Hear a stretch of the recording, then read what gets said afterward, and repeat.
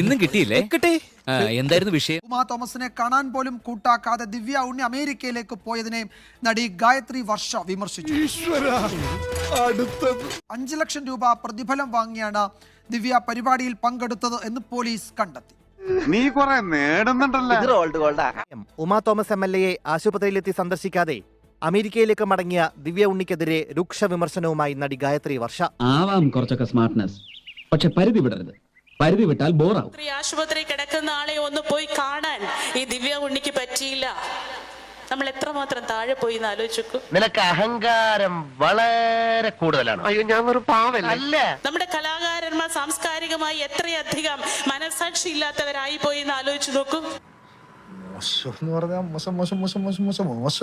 5 ലക്ഷം രൂപ പ്രതിഫലം വാങ്ങിയാണ് ദിവ്യ ഉണ്ണി മൃദംഗാവിഷന്റെ പരിപാടിയിൽ പങ്കെടുത്തതെന്ന് പോലീസ് കണ്ടെത്തി.